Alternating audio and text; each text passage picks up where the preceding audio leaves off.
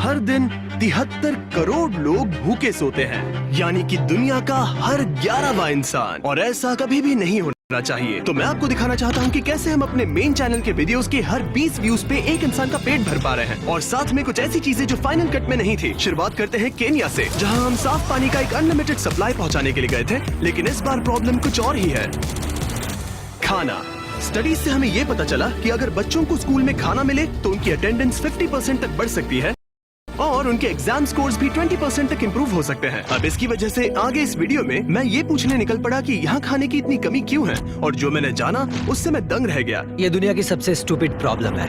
Carol, जो यहाँ के कई स्कूल्स की प्रिंसिपल हैं, वो बता रही थी कि जब बच्चे मालनरिश्ड होते हैं तो रिसेस में खेलने के बजाय वो बस पड़े रहते हैं। जब आप स्कूल में आते हो तो वो कमजोर दिखते हैं, उनमें ताकत नहीं होती है। ब्रेक टाइम में भी बस चुपचाप बैठे होते हैं, खेलने की ताकत नहीं होती है। लेकिन जैसे ही सबको खाना मिला, पूरा माहौल ही जैसे मानो बदल सा गया। क्या तुम्हें खाना पसंद आया? हाँ। बच्चे हंस रहे थे, इधर उधर दौड़ रहे थे, एक दूसरे के साथ खेल रहे थे। ठीक है, ये सब उसका पीछा कर रहे हैं। मुझे नहीं लगता इन्होंने पहले कभी ड्रोन देखा है। शायद मैंने एक कल्ट बना लिया है।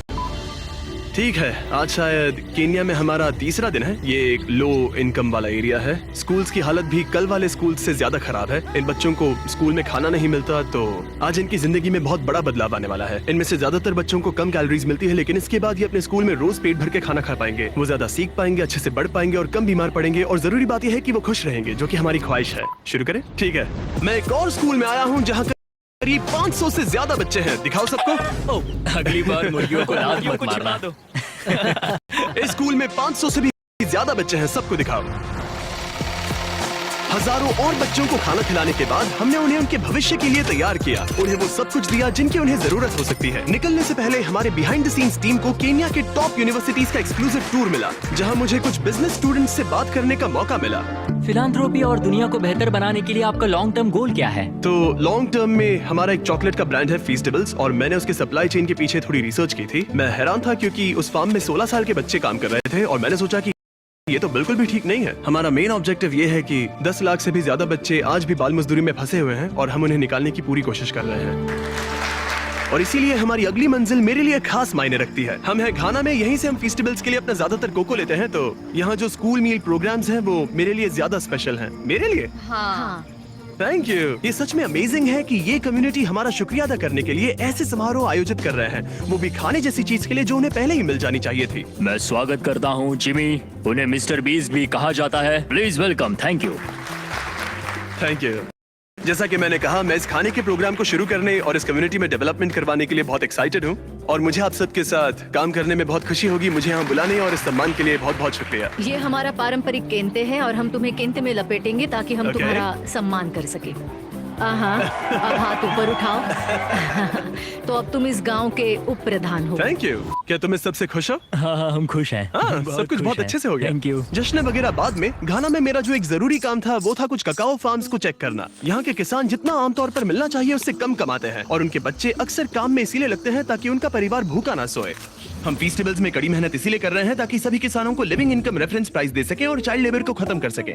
मैंने ककाओ फार्म्स को पर्सनली देखा, और हमने इस पूरे मिशन को बढ़ावा देने के लिए एक वीडियो शूट किया। बिग चॉकलेट अपने फार्मर्स को इतने कम पैसे देता है कि वो एक दिन में $1 से भी कम कमाते हैं। पहला, हम हमारे सारे ककाओ फार्मर्स को एक लिविंग इनकम रेफरेंस प्राइस देते हैं। दूसरा, हमारे सारे ककाओ फेयर ट्रेड सर्टिफाइड है, जो एथिकल सर्टिफिकेशन का गोल्ड स्टैंडर्ड है। आपका शुक्रिया, बहुत बहुत शुक्रिया। आपसे कल मिलता हूँ। ठीक है, चलो चलते हैं। Hello, thank you. जो भी लोग मेन चैनल के वीडियोस देखते हैं उन्हें इसका असर पूरी तरह से नहीं समझेगा। इससे बहुत सारे बच्चे स्कूल में रह पाएंगे, और वो फेल भी बहुत कम होंगे। वो ककाओ फार्म से बाहर निकल पाएंगे, जो मैं फेस्टिवल्स में करने की कोशिश कर रहा हूँ। हमने यहाँ स्कूल मील प्रोग्राम शुरू कर दिया है। अजीब लगेगा, लेकिन इन्हें 10 और नए एडमिशंस मिल गए हैं, क्योंकि अफवाह फैल गई है कि मैं स्कूल मील प्रोग्राम शुरू कर रहा हूँ। और कुछ दिन पहले शुरू करने के बाद और 11 बच्चे स्कूल में भर्ती हो गए। सिर्फ मुफ्त में खाने की वजह से 21 बच्चे आ गए, जो कि बहुत अच्छा है, क्योंकि 21 बच्चे शायद उन ककाओ फार्म्स पर ही काम कर रहे होते। इन्होंने कहा कि यहाँ के करीब 97% बच्चे ककाओ फार्म से आए हैं, और अब वो अच्छे से खा रहे हैं और पढ़ाई भी कर रहे हैं। पिछले कुछ सालों में हमने दूसरों की जिंदगी बदलने में हर संभव कोशिश की है, जैसे अफ्रीका में 100 कुएं खुदवाना, दुनिया भर में 100 घर बनवाना, और 2000 लोगों को फिर से चलने में मदद करना। और 73 फिलैंथ्रोपी वीडियोस के बाद और आप सबकी मदद की वजह से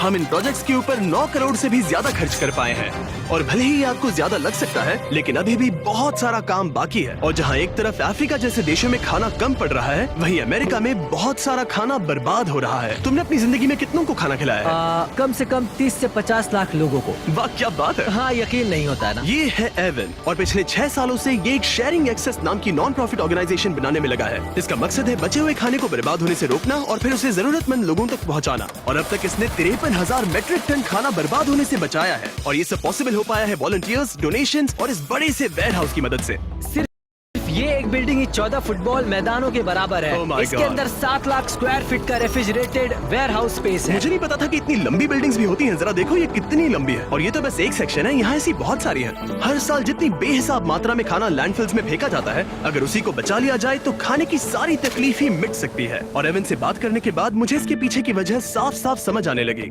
पिछले 3 सालों में हमने सिर्फ एक बिल्डिंग से 10,000 मैट्रिक टन फल और सब्जियां बांटे। और 3 साल पहले ये सब कचरे में जा रहा हाँ, था। हर साल करीब 4,500 मैट्रिक टन का खाना फेंका जाता था और इसके पीछे 10 लाख डॉलर्स खर्च किए जाते थे। ये दुनिया की सबसे स्टूपिड चीजों में से एक है। पर हमारे पास एक ऑर्गेनाइजेशन है जो खाना बना के ये देती एक शानदार आइडिया है, लेकिन सवाल यह है कि किसी ने ये पहले क्यों नहीं है। किया। हमें यानी कंज्यूमर्स को इस बारे में कोई जानकारी नहीं होती है। वो लोग खाने को ट्रकों में भर कर बस फेंक देते हैं क्योंकि उनके लिए वो ज्यादा आसान होता है। हम रोज सुबह जल्दी उठकर उन ट्रकों से पहले स्टोर में पहुंचकर खाना लेने जाते हैं। एक बॉक्स भर के खाना जिसे वो फेंकते थे, उनके उसमें $100 लगते थे। हमने यहाँ कम से कम $15 लाख के कचरे के खर्च को बचाया है। सिर्फ अमेरिका में ही हर साल लगभग 60 करोड़ मेट्रिक टन खाना बर्बाद हो जाता है, यानी कि हर साल करीब 2 एम्पायर स्टेट बिल्डिंग्स के बराबर खाना। और एवन जैसे लोग इस संख्या को कम करने के लिए स्मार्ट और किफायती तरीके ढूंढ रहे हैं। तो आज हमारे लिए क्या प्लान है? तो आज हम शेयरिंग एक्सेस के एक दिन के जीवन के बारे में जानेंगे। हम थोड़ा खाना बचाएंगे, सोर्टिंग करेंगे, उस खाने को पकाएंगे जिसे हमने बचाया है और फिर उसे लोगों में बांटेंगे। हर एक दिन एवन तुम्हें वो एक्स्ट्रा खाना देता है जो वरना फेंक दिया जाता। उस खाने के हिसाब से रेसिपी तैयार करके बड़े पैमाने पर बनाते हो और जरूरतमंद लोगों को बांट देते हो। तुमने बिल्कुल सही कहा। मुफ्त में? हाँ।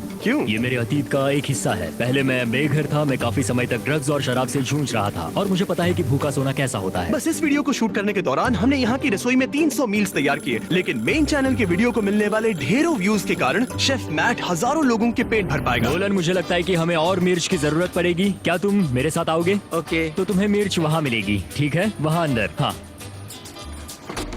क्या तुमने नोलन को फ्रीजर में बंद कर दिया? बस थोड़ी देर के लिए, ज्यादा अब से नहीं। तुम मेरे फेवरेट शेफ हो।